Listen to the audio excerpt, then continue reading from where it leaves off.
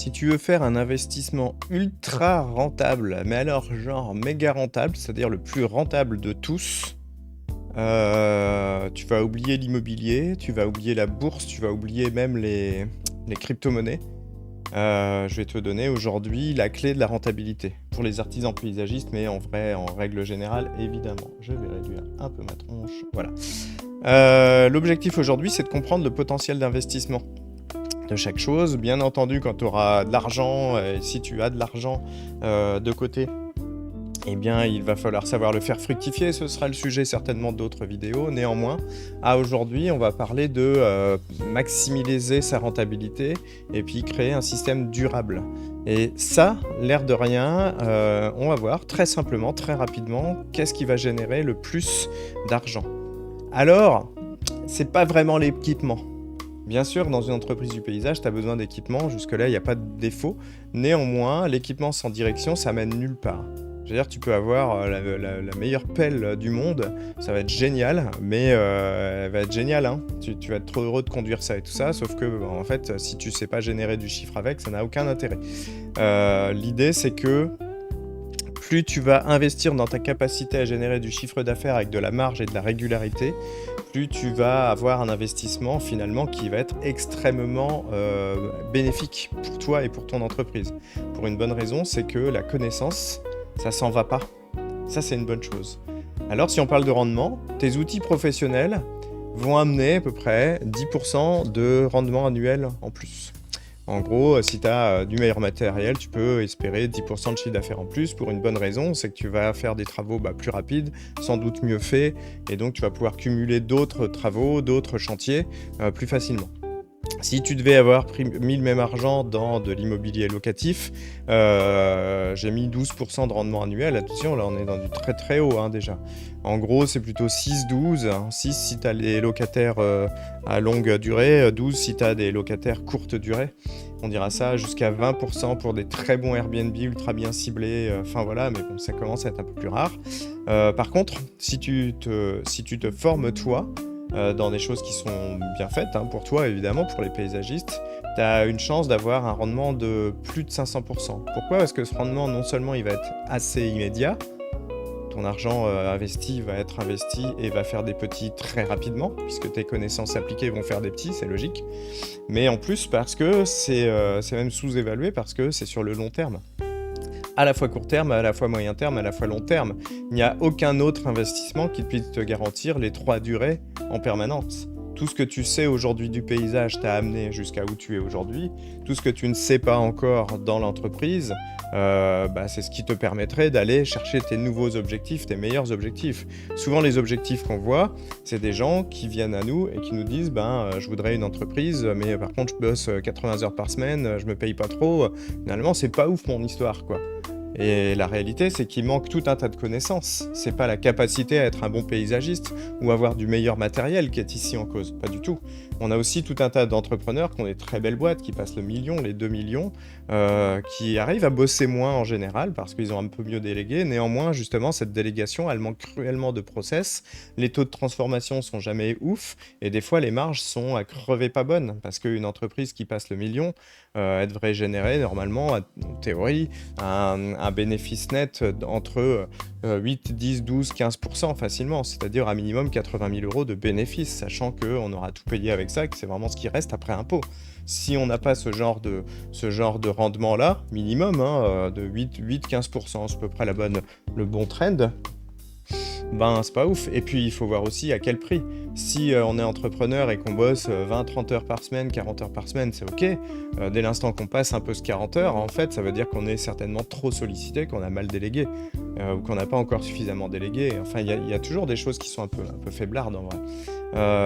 Je donne un exemple concret, mais quelqu'un qui aurait un taux de transformation de 30% sur ses devis, si demain il passe à 70%, et avec un bon écosystème de vente, c'est largement ce qu'on atteint, en réalité, s'il a 10 demandes de devis à 5 000 balles, même si c'était 2 000, l'air de rien, là on passe de 3 à 7, il y en a 4 de plus.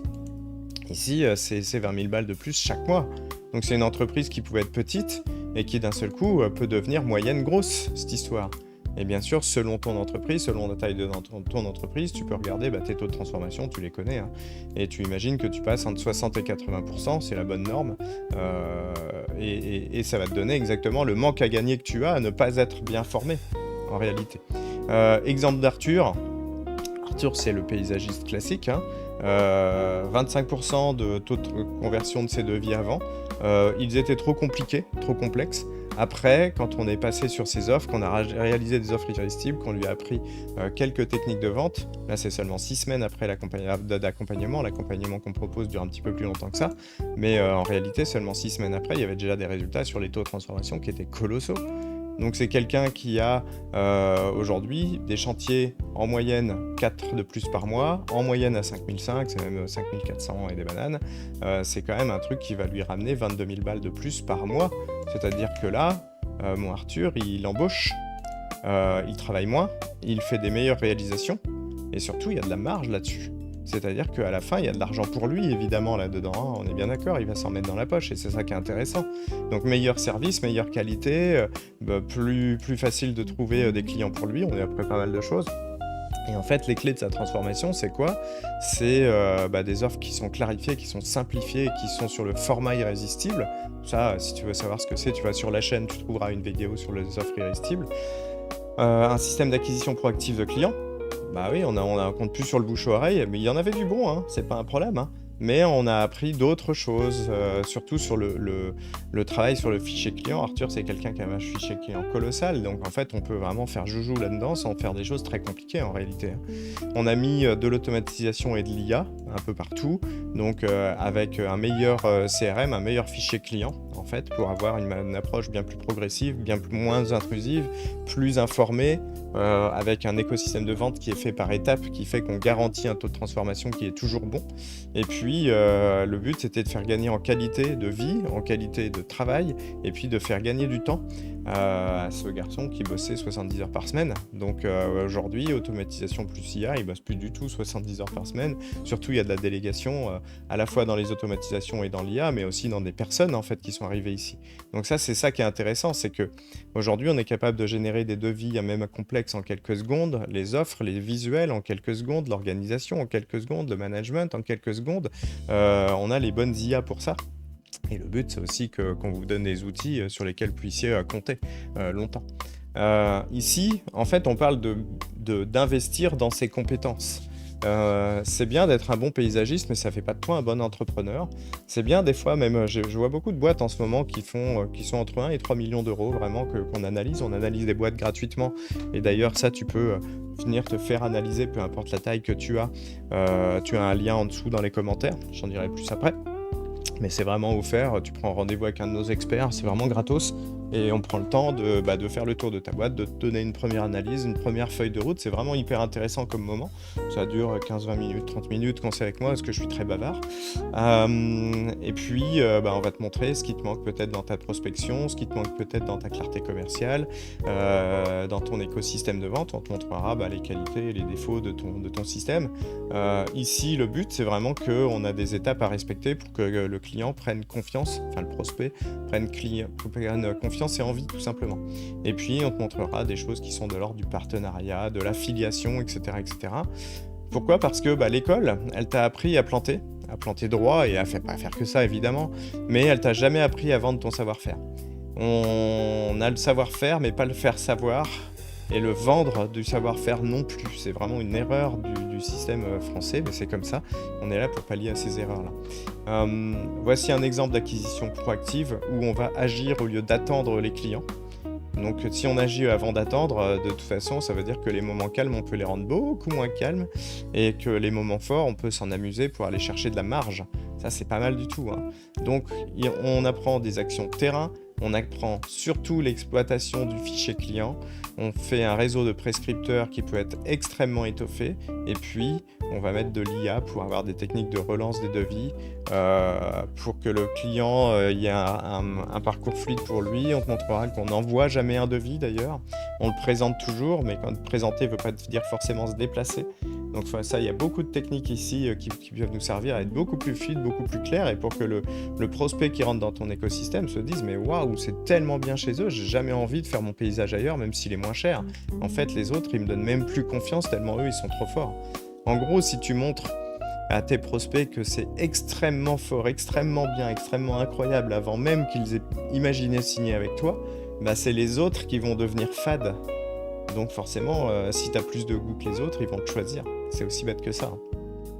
Donc l'intérêt, c'est de parler des effets cumulés. On parle d'effets cumulés ici, ou de bénéfices cumulés, souvent en bourse, dans les placements boursiers. Mais là, on va en parler sur nous, en fait. L'intérêt des effets cumulés, c'est qu'en investissant sur tes compétences, peu importe qu'elles soient avec nous ou pas, hein, c'est pas le débat, hein, c'est pas le sujet de cette vidéo, moi j'ai rien à te vendre aujourd'hui. Le but, c'est que tu comprennes que si tu sais faire des offres claires, attractives, irrésistibles, c'est beaucoup plus facile pour le client de l'acheter, et donc c'est beaucoup plus facile pour toi de les vendre. Si tu maîtrises ton processus de vente complètement, si tu as un réseau de prescripteurs et un système d'acquisition client qui est fait sur la base de ton fichier client, sur le réseau de tes clients, le réseau de tes clients, tout ça, ça s'apprend. Si en plus tu as une gestion optimisée de ton entreprise, qu'elle soit en termes de management, ou qu'elle soit en termes de chiffres, ou qu'elle soit en termes de tout ce qui peut se chiffrer et mesurer, et là on met beaucoup d'IA là-dedans, c'est simple, hein. Tu triples tes bénéfices, tu augmentes ton chiffre d'affaires, et puis tu baisses ton temps de travail. Parce que là-dedans, je disais gestion optimisée, c'est aussi de ton temps personnel, et ça c'est super important. Quand on est entrepreneur, on n'est pas obligé d'aller bosser 80 heures pour que ça marche. Ça c'est une croyance populaire qui est une connerie monstrueuse. Ici c'est même la première chose qu'on fait avec nos clients d'ailleurs, leur apprendre à gérer leur temps perso d'abord. Donc un artisan, un entrepreneur qui développe ses compétences-là, hein, a enfin une entreprise au service de sa vie et non l'inverse. C'est ça qui est intéressant. Elle est rentable, elle est vivable, elle est organisée, elle est vendable. Et ça, c'est souvent un signe chez nous. On aime beaucoup qu'une entreprise devienne vendable parce que ça veut dire un truc. Ça veut dire qu'une entreprise qui est vendable est suffisamment sexy pour travailler dedans et pour l'acheter. Et donc, c'est souvent un très bon signe. Donc, que tu fasses 100 000 euros par an ou plus de 10 millions, tu peux toujours nous contacter. Il n'y a pas de souci. Ici, toutes les entreprises sont concernées par l'optimisation, par la formation de son entrepreneur. C'est super important de continuer à acquérir des compétences, qu'elles soient purement professionnelles, qu'elles soient business, qu'elles soient de placement d'argent. Notre job en tant qu'entrepreneur, c'est de continuer à nous former, c'est de continuer à devenir meilleur, et on ne peut pas devenir meilleur sur les mêmes bases. Tu peux pas avoir... en gros, ce qui t'a conduit jusqu'à ta situation d'aujourd'hui, quelle qu'elle soit, c'est pas ce qui te permettra d'aller chercher les objectifs de demain. C'est pas du tout les mêmes compétences. Forcément, hein, quand tu arrives à un certain moment et que tu sens que tu as une limite, ce qui te manque, c'est les compétences d'après. Et donc les compétences d'après, si tu te formes pas, même ne serait-ce qu'en lisant des bouquins, tu les auras pas en fait. Et donc tu n'auras pas les objectifs, la capacité à aller chercher d'autres objectifs, des nouveaux ou des meilleurs selon toi. Donc, ça nous amène à parler des erreurs qu'on voit tout le temps. Là, on voit souvent un surinvestissement là-dedans. Alors c'est cool, le matériel, ça permet de faire plein de trucs, je suis d'accord, hein, mais en fait, viens, on se forme soi-même d'abord, on investit en soi, et en même temps, du coup, on va pouvoir investir dans du matos, parce qu'en investissant en soi, on va avoir plus de marge, plus de sous. Donc le premier est corrélé au deuxième, mais pas l'inverse. Souvent, on met un focus sur l'image au lieu de parler du fond. On voit beaucoup de gens qui font refaire leur logo, qui font leur logo, qui cherchent le nom d'entreprise, qui font un site internet à 5 ou 10 000 balles, et puis ça amène pas de clients, ça. Là, investir dans sa capacité à aller chercher des clients et dans sa capacité à les transformer en clients pour toujours et à les fidéliser, c'est beaucoup plus efficace que de refaire son logo ou le nom de son entreprise. Ça, dans un premier temps, on s'en carre complètement, ça aura de l'importance plus tard, ça. On a beaucoup d'entreprises aussi qui multiplient les devis. C'est-à-dire que leur but, c'est de se dire, comme j'ai un taux de transformation à 30%, 40%, moi, mon idéal, c'est d'aller chercher plus de clients. Ouais, mais c'est une connerie, puisqu'en fait, ils sont déjà là, c'est juste que tu sais pas les transformer. C'est vraiment là que se trouve la plupart du temps le nœud de l'histoire. Et après, on ira mettre plus de clients, mais du coup, si tu as besoin de 7 nouveaux clients et que tu as un taux de transformation à 70%, il faudra seulement que tu en trouves 10. Alors que si tu as un taux de transformation à 40%, il faudra que tu en trouves au moins 20. Donc c'est vachement plus compliqué. C'est vachement plus compliqué, hein, en vrai. Hein. C'est 2 fois plus d'efforts pour le même résultat. Donc c'est pas forcément malin, en vrai. Et donc, en résumé, investir dans vos compétences commerciales, investir dans vos compétences business, même j'aurais dû écrire, ça permet de valoriser son expertise, ça permet surtout une rentabilité maximum, en vrai. Et puis surtout, bah, c'est ultra durable. Parce que c'est ça qui est intéressant, c'est que quand tu sais acquérir des clients, tu le sais pour toujours. Quand tu connais un système de vente, tu le connais pour toujours. Et il n'y a pas de magie à aller en chercher des nouveaux. Le système de vente parle à des humains qui ne changent pas dans leurs besoins depuis des milliers d'années, des millions d'années. Tout va bien en fait, c'est plutôt simple tout ça. En vrai, en quelques semaines, vous pouvez tous tripler vos résultats. Sans publicité, sans réseaux sociaux chronophages, simplement en optimisant l'approche commerciale, l'approche acquisition et surtout l'approche offre différenciante et irrésistible qui est vraiment une clé de voûte à tout ça. Et puis en mettant des systèmes qui permettent de faire ça en automatique, de l'IA, de l'automatisation. Tu n'as pas besoin de savoir-faire, mais tu as besoin de savoir que ça existe pour savoir le faire. Et ça, c'est intéressant aussi, c'est qu'un bon entrepreneur, au bout d'un moment, se pose plus la question comment faire les choses. Il va chercher le comment pour savoir ce qui existe.